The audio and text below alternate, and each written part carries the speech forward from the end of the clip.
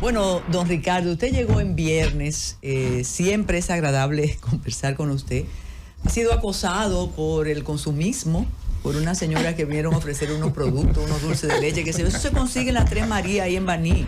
No se deje. No se deje. Pero está cerca. Dándole la vuelta al Parque Riquillo. Exacto. Qué bueno tenerlos. Son Gracias. De esas personas que uno aprende a seguir, a respetar desde fuera. Y cuando nos toca tenerlo frente a frente, y aquí decimos, la producción es un equipo extraordinario que tenemos de producción. Sí. ¿Cuántas personas que tenemos en la producción? Bueno, son 22 en la nómina realmente. Sí, para producir. Wow. Grande el equipito. Sí, dos, exacto.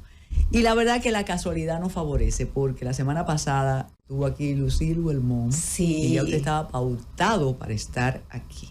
A veces yo quiero que sea una casualidad un día que invitemos a la gente de Leisa y ya el premio nos lo ganemos. ¡Wow! Sí, porque nos ha ido bien. Don Ricardo Peguero, dominicano que reside hace un tiempo fuera, sí, y tiene esa nostalgia en la piel, pero sabe que mientras tanto debe regresar otra vez allá. Sí. Por eso vino una hora antes para evitar el caos en el tránsito. Usted vive en un lugar donde se aprende a respetar las reglas, pero... Sí. Es correcto. Pero vamos a hablar de cosas más positivas. En una ocasión que conversé con usted en el otro programa, alguien decía, esa gente de los promipyme, pyme, que crecen, ellos te dicen unas cosas y después tú dices, ¿cómo la aplico? Ellos lo que hacen es hablar bonito. Cuénteme cómo podemos crecer juntos, cómo podemos hacer que nuestros negocios prosperen, leyendo la Biblia, haciendo promesas. No desayuda la lectura de la Biblia, ¿eh? Ahí está todo lo que usted necesita. Ya le gustó a usted, ya le gustó, Carolina. Por supuesto, claro que sí. Vamos bien, ya empezamos bien. Mira, doña Carmen, es una muy buena pregunta porque al final del día, en la conferencia que estuvimos participando, en la conversación que estuvimos participando el día miércoles del grupo de la Cámara de Comercio y Producción de Santo Domingo, nos dieron la oportunidad de hablar con el grupo. Él también estuvo en Crece. Sí, porque ella me estuvo reclamando que yo no salí de ahí del evento, no he salido del evento de Crece. Muy bueno. Por supuesto, claro, la he pasado ahí. La conversación nuestra fue construir para crecer. Todos queremos crecer y hay muchas maneras de crecer. Para GoFood la mejor manera es creando una franquicia, franquiciando tu negocio. Pero independientemente de la manera que queramos crecer, hay que establecer la zapata. Y esa es la parte de construir. Y la parte de construir nosotros la tenemos que hacer saliendo de ese primer peldaño donde están todos los negocios que comienzan, que es donde solamente tengo los procesos aquí en la cabeza. Eso significa que si lo tengo en la cabeza solo lo puedo hacer yo, y yo soy el mejor empleado de mi negocio, yo soy el que cocina, el que friega y el que trapea el piso. Entonces, así el negocio puede sobrevivir por un tiempo, 2 o 3 años, pero si realmente se convierte en un negocio establecido, para ir al próximo nivel, tiene que comenzar a poner esos procesos por escrito, que es lo que nosotros llamamos los procedimientos. Entonces, ya la tercera etapa, cuando ya tú tienes tus procedimientos hechos, lo que te toca es casar esos procedimientos con la experiencia del cliente. Entonces ya ahí es donde llegamos a lo que nosotros llamamos operaciones inteligentes. Y son inteligentes porque yo primero diseño mi estrategia y después todos los procedimientos que yo tengo me aseguro que se ajusten a la estrategia. Por ejemplo, si mi estrategia es que yo voy a atender una queja de mi cliente en 5 días, yo no puedo tener procedimientos que no me permitan cumplir esa promesa de servicio que yo hice. Entonces, si yo tengo una promesa de servicio de que yo en 5 días resuelvo una queja, pero mis procesos me llevan a 10, entonces yo no tengo operaciones inteligentes. Ricardo, la historia ha cambiado muchísimo, pero siempre la experiencia es importante. Cómo surgieron las grandes empresas en el planeta, y aquí usted siempre va a escuchar a un emigrante que vino con soletas y logró pasar hambre y levantar un imperio. Eso es así. Sí. Ahora hay cantidad de jóvenes que tienen ese primer paso que usted menciona, una idea en la cabeza, y se desesperan cuando no pueden lograr lo que se propusieron. Precisamente la semana pasada, hablando de estos temas aquí, yo comentaba el testimonio de una de tercera generación de alguien de los centros comerciales aquí, que decía, mi papá comenzó a los 10 años a ver el esfuerzo, el resultado del esfuerzo. Pero entonces, ahora que todo es más rápido, hasta los juegos de béisbol, quizás atendiendo a eso que usted plantea, de operaciones inteligentes, podemos obtener el resultado. Más rápido, sí. Entonces, ¿cómo? ¿Se necesita un método para la espontaneidad y para la creatividad? Mira, es muy interesante y esa es la discusión siempre de si algo que nace o se hace.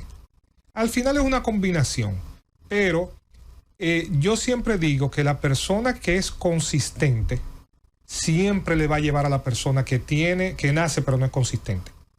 El trabajo es el trabajo. Hay cosas que hay que hacer, que hay que quemar. Y muchas veces el emprendedor quiere saltar pasos. Y eso ahí donde a veces puede que la idea le dure 6 meses, funcione, pero como se ha saltado algunos pasos para establecer la base, se cae. Es como yo le digo a muchos clientes, óyeme, yo tengo un cliente que acabo de franquiciar y le digo, vamos a comenzar al paso. Vamos a crear 3 franquicias, vender 3 unidades, aprendamos y entonces damos el próximo paso. No arranquemos queriendo vender 20 franquicias porque al año vas a quebrar. No se me adelante con la franquicia, que eso es un tema que la vez anterior yo quiero que se maneje. Okay. La historia del joven de los tenis, que le comentaba a Carolina, ahí mismo él dijo que llegó un momento que la esperanza se redujo a tomarse una botella de una sustancia porque estaban... De alcohol con jugo. Sí, porque ahora después la sustancia dieron, mira, perdimos todo. Le Perdieron $87,000, todos los ahorros de su vida. Vamos a buscar una botella de whisky. Por saltarse un procedimiento. Mire, está ahí, la práctica y la teoría. Un procedimiento. Ellos estaban en el proceso de registro de la marca. Esta marca, Raeli Brand. El abogado estaba en el proceso del registro, pero agotaba unos tiempos. Mientras ellos entendían que el abogado estaba durando mucho en el proceso, entonces encontraron una oferta de impresión. Entonces colocaron el pedido en China de una cantidad impresionante de ropa con el logo e hicieron un pedido enorme con el logo y todo hecho. Se gastaron todo el ahorro de su vida, de la pensión de Raeli de 12 años, siendo boina negra en el ejército de España. Justo cuando llegó la mercancía con ese logo precioso, él le llegó los documentos del abogado diciéndole que le habían devuelto los documentos porque una joven tenía registrado un logo muy similar que no lo había usado nunca, pero no pudieron localizarla y se había agotado el tiempo que daba la institución para localizar a la persona que tenía los derechos de propiedad. Y la ley allá establece que hay que destruir esa mercancía porque no se puede ni siquiera regalar a una institución de beneficencia. Porque imagínese que un indigente salga por ahí con eso, puede tener una demanda enorme. ¿Cómo evitar eso entonces? 2 cosas. Lo primero es, búsquese asesoría profesional. Usted tiene la idea, pero los profesionales han estudiado eso por alguna razón. Entonces, zapatero a su zapato. No trate de hacerlo todo porque no va a poder hacerlo todo. Nosotros estamos viviendo ahora una época de colaboración. Búsquese colaboradores. Que tal vez el proceso le tome más tiempo, pero se va a evitar ese tipo de tropezones. Al final del día, va a haber gente que va a querer coger un atajo y a veces le va a funcionar y a veces no. Eso es ya una predilección personal. ¿Qué tanto tú estás preparado para tomar el riesgo? Mi consejo, búsquese profesionales que lo asesoren. Yo a todo el mundo le digo, tú vas a hacer esto, mira, tú necesitas un contable, tú necesitas un financiero. Contrátalo, no tienes que buscarlo y ponerlo en la nómina.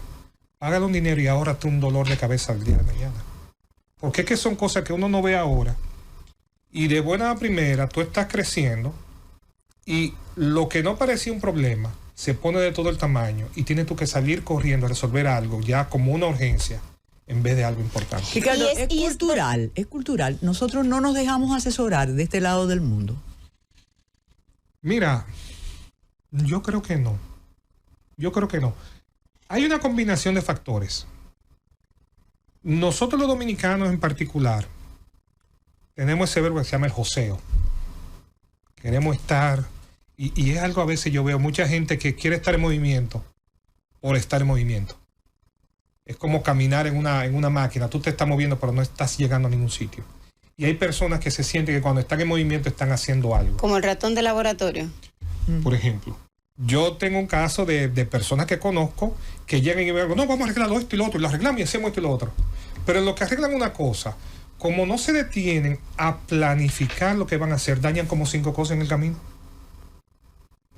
Una cosa increíble.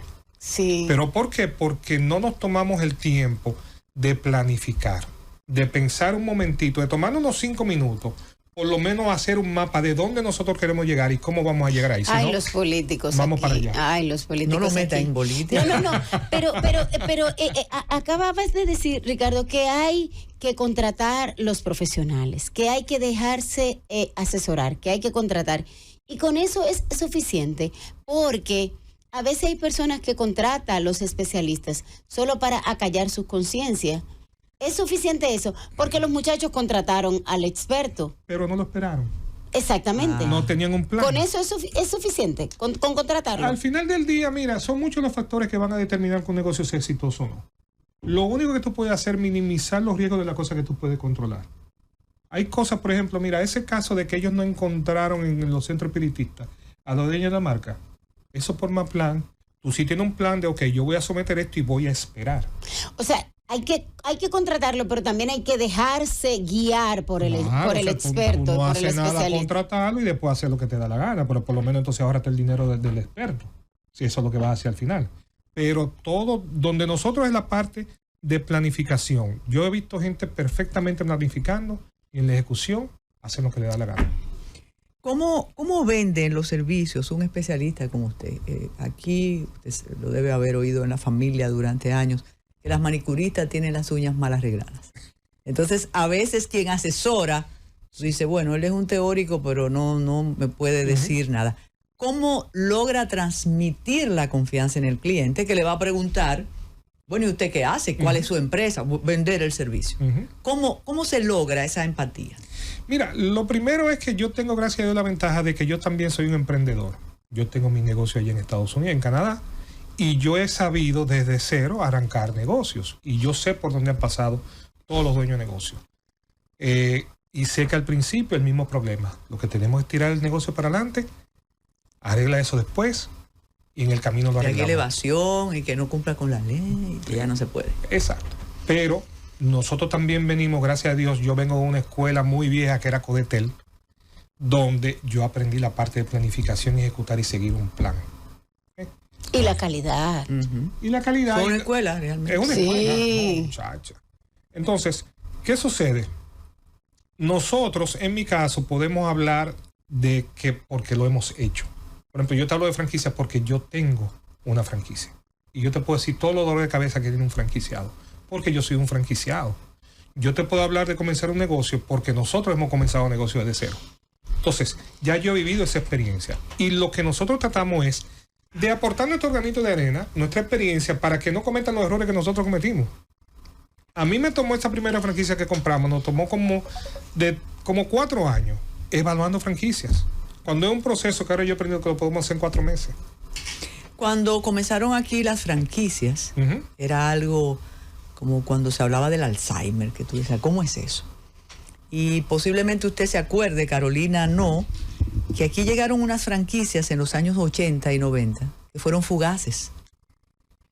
Desde los helados Howard Johnson hasta los mismos pollos fritos, unos pollos venezolanos. Sí. Y se esfumaron. No lograron la conexión. Luego vino el boom de las franquicias y la creatividad de muchos grupos dominicanos de hacer negocios que se convirtieron en franquicias. Ya hoy usted tiene hasta un verbo, franquiciar. Franquiciar. ¿Cómo es eso, Ricardo? ¿Cómo se hace eso? Mira, es un proceso, por lo menos como nosotros lo hacemos, es un proceso muy estructurado.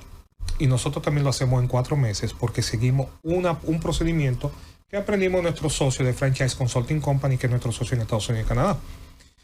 Y nosotros lo primero, hacemos 3 preguntas al cliente, antes ni siquiera de firmar un contrato. Lo primero es, ¿qué tiempo tiene tu negocio en el mercado? Un negocio con menos de 2 años no está listo para franquiciarse. Tan sencillo porque el que compra una franquicia está comprando un nombre. Y es muy posible que en 2 años tú no hayas creado un nombre. ¿Okay? Lo segundo, que el que compra una franquicia está comprando una manera de hacer las cosas, un know-how. Si tú como negocio no tienes ese know-how por escrito, nadie te lo va a comprar. Y lo tercero es la actitud de los dueños, que es la parte más difícil. ¿Por qué? Porque estamos hablando de personas que han creado su proyecto desde cero, son su hijito, y les resulta difícil soltarlo. ¿Por qué? Porque cuando tú franquicias, tú no estás contratando empleados, tú estás contratando socios que están poniendo su dinero, y no un socio te puede decir, mira, hoy te tengo y mañana no. Eso no lo puedes hacer. Entonces, hay dueños de negocio que tienen 20, 10 años con su negocio próspero, que los números dan, que el próximo paso debe ser franquiciarlo para tirarlo ya como un legado, pero no pueden. No están preparados emocionalmente para dejar el niño crecer. Usted sabe que cuando menciona eso, yo estoy pensando en una marca muy popular aquí de un helado, que yo me enteré, digo, hace ya como 15 años, que vendía la franquicia, vendía el nombre, y siempre me he preguntado, y algún día conversaré con Angélica Moreno para cómo decidieron hacer eso, porque usted ha subrayado algo, siente que eso es un legado, que eso es una marca. Claro. Y si yo tengo una heladería en Cotuí con mi nombre, yo no quiero que el señor de Sánchez Ramírez me arriesgue mi nombre. Claro, y ese es el temor. ¿Y se busca asesor para eso? ¿O se hace así en paracaídas? No. Sí. Eso hay que, por ejemplo, nosotros preparamos un documento legal que se llama la circular de oferta de franquicia, que pone exactamente en detalle todo lo que el que va a comprar la franquicia necesita saber sobre la franquicia. ¿Cuánto tiene que buscar para el working capital? Porque yo te puedo decir, mira, tú necesitas capital de trabajo para 2 meses, porque te va a durar 2 meses hasta que tú... Si usted tiene un banco de franquicias, si Carolina y yo queremos comprar una franquicia en Francia, le decimos, mire, Ricardo, nosotros queremos tal franquicia. Nosotros representamos unas 350 franquicias en Canadá y Estados Unidos. Y la tengo, óigame, como de 20 áreas de mercado diferentes. Usted quiere yoga, usted quiere uñas, pestañas, hable conmigo. ¿Cómo se le ocurrió eso a usted? Háganos su historia ahora, que cuando usted viene a su país, a mí me gusta más la historia del negocio. Mira, cuando nosotros emigramos a Canadá, nosotros siempre hemos venido con la idea de tener nuestro propio negocio. Es tanto así que nosotros recuerdo aquí, el nombre de GoForward nace aquí, porque cuando nuestros hijos estaban en los Mundi, mi esposa, que siempre ha sido muy curiosa, quiso montar un programa de liderazgo para jóvenes. Que eso no existía en su momento. Mi esposa y su mejor amiga se fueron a Las Vegas, tomaron unos cursos de una empresa y trajeron el programa aquí, se llamaba GoForward. O sea que desde temprano nosotros tenemos esa vena de independizarnos. Cuando llegamos a Canadá, uno es nuevo, tiene que arrancar desde cero. ¿Por qué se fueron? ¿Buscando nuevos horizontes? Habían una serie de retos, tanto personales, familiares, y entendíamos que la mejor manera de subvencionar y de resolver esos retos era salir del país. Y era el reto de salud. Entonces, cuando nos vemos allá, decimos, bueno, uno de los dos se tiene que emplear, porque eso es lo que da la base fija. Pues yo vengo de trabajar en multinacionales, conseguí, gracias a Dios, trabajo en Scotiabank, y mi esposa pues siguió trabajando la parte de uno de los negocios que tenemos, que es la venta de contenido para empresas de cable operadores en Latinoamérica. Bien, eso va caminando, pero nosotros seguimos, óyeme, nosotros no queremos estar en todo tiempo. Y comenzamos a investigar cómo montamos un negocio allá. Y comenzamos a ver las diferentes fuentes, porque una de las cosas que tienen estos países es que tienen muchos fondos para las personas que quieren comenzar un negocio. ¿Ah? Sí. Porque, increíble, aquí el 99% de las empresas, de los negocios son pequeñas y medianas empresas. O sea que deberían tener más apoyo porque es el motor de todos los negocios aquí. En Estados Unidos son un 60% nada más. Pero sin embargo, usted tiene billones de dólares disponibles para todo el que quiera comenzar un negocio. Y préstamos muy blandos. En Estados Unidos está el SBA, Small Business Administration, que da dinero. Si usted es ciudadano y usted quiere un negocio, le dan casi el 70% de la inversión inicial. Pero hay unos requisitos muy severos. Claro. Sí. A ellos lo dan más fácil si usted está comprando una franquicia que si usted está arrancando algo desde cero. Entonces, cuando nosotros estamos investigando la mejor manera de nosotros movernos hacia adelante, comenzamos a encontrarnos con las franquicias. Y, óyeme, pero nosotros no conocíamos nada de franquicia, doña Carmen. Comenzamos a investigar, comenzamos a ver las bondades. Y una de las bondades es que yo no tengo que inventar la rueda. Yo no tengo que saber de la franquicia que yo estoy comprando, porque la franquicia me da todo. Y minimiza el riesgo de mi inversión. ¿Por qué? Si yo voy a comprar una franquicia de Subway, yo no sé, tengo que saber de sándwiches. Ellos me dan todos los manuales de cómo yo voy a entrenar a la persona, de cómo yo voy a preparar el sándwich, y me van a poner local y todo, y yo nada más tengo que seguir las instrucciones. ¿Y la ganancia cómo se reparte? Buena pregunta. Ahí es donde está la fortaleza para el que franquicia. Y es importante. Hay varias maneras, pero la primera es lo que se llama el franchise fee, que es lo recurrente, es algún pago mensual, que suele ser de un 7 a un 10% de la ganancia de venta bruta. Que yo como franquicia, si tú compras mi franquicia, antes de que tú le pagues el impuesto, antes de que tú le pagues nada, tú me tienes que sacar un 7 a un 8% de ese dinero. Por eso es que nosotros nos aseguramos de que el negocio que tú vas a franquiciar sea rentable, porque después que tú le quitas el 7 o 8%, después que tú le pides un porcentaje para el mercadeo institucional, porque hay un mercadeo institucional que pagan todas las franquicias, todos los franquiciados tienen que aportar. Y hay una inspección para que tú me ofrezcas la calidad que yo encuentro en Montreal. Definitivamente. Hay lo que se llama visitantes encubiertos y todo eso. Por ejemplo, yo sé que en mi clínica, la que tengo allí en Oakville, en mi ciudad, 2 o 3 personas cada una vez al año o 2 veces al año van y me visitan, que son nuevos y yo quiero darme un masaje. Y ven cómo está la alfombra, ven cómo está la pintura. Claro, sí. Yo fui gerente de una franquicia que ya desapareció aquí en el país. Yo fui gerente de Mr. Movies. Claro. Tenía acné. Claro, yo era una muchachita. Sí, yo fui gerente de Mr. Movies en Las Praderas y en Bellavista y en Gascue, claro. Mira una cosa, por eso es que yo sé contar las películas sin decir el final. A mí me gusta que me la cuente. Mire algo, ya como parte de este taller que usted le está ofreciendo a los millones de personas que nos están viendo y a nosotros aquí. ¿Por qué de aquí para allá? Y yo no estoy por usar el término franquiciado porque yo cuido el lenguaje, pero ya. ¿Por qué no podemos franquiciar nosotros? Y vemos que México puede franquiciar sus comidas, Cuba, bueno, la Cuba de... Pero nosotros, el Mofongo, la empresa de Mofongo de aquí, ¿por qué no salimos? Es una decisión. No hay ninguna razón por la que no se pueda. Es sencillamente organizarnos. Es tomar la decisión de hacerlo. Le voy a dar un caso, mira. Allá donde yo vivo, el aguacate que aparece es el aguacate mexicano, pequeñito.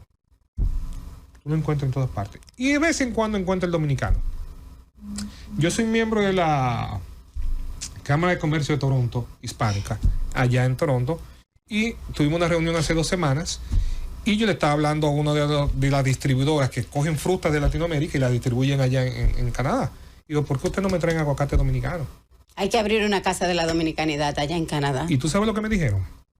Lo que pasa es que la consistencia, el producto no es consistente. Ay, Tayana Mora Rami, si me está escuchando. Ella asesora de exportación, dice eso. Que nos entusiasmamos. Los dulces de leche de Baní, las Marías, Raiza, para allá. Y a los 6 meses, después ay, no, que ese furgón. Claro. No. Entonces... Porque lo vi de aquí para allá. El consumidor el consumidor de estos países es muy discerniente. Y si se acostumbra a comer el aguacate nuestro, lo va a querer siempre. Y si no aparece siempre, lo va a echar a un lado. Entonces, ya usted está ahí con la esposa, está más o menos funcionando. ¿Cómo fue el entorno para ustedes? ¿Ustedes eran unos extranjeros, unos migrantes? ¿O pudo ser, la comunidad los acogió? Mira, tuvimos la suerte que Canadá es un país que ha sido creado por inmigrantes. O sea, la cantidad de inmigrantes, ellos tienen un plan de inmigración, por lo menos cuando yo entré, muy lógico. No era que el hijo pedía al papá de 80 años para que fuera a migrar a los 85. No. Era un sistema de puntos donde según tú estuvieras con tu idioma y tu preparación académica, tú tenías más puntos y más posibilidades de ir. No tenía que promocionarte de que me pidió un hermano. No. Yo sencillamente llené un formulario, recuerdo yo que eran como 2 hojas.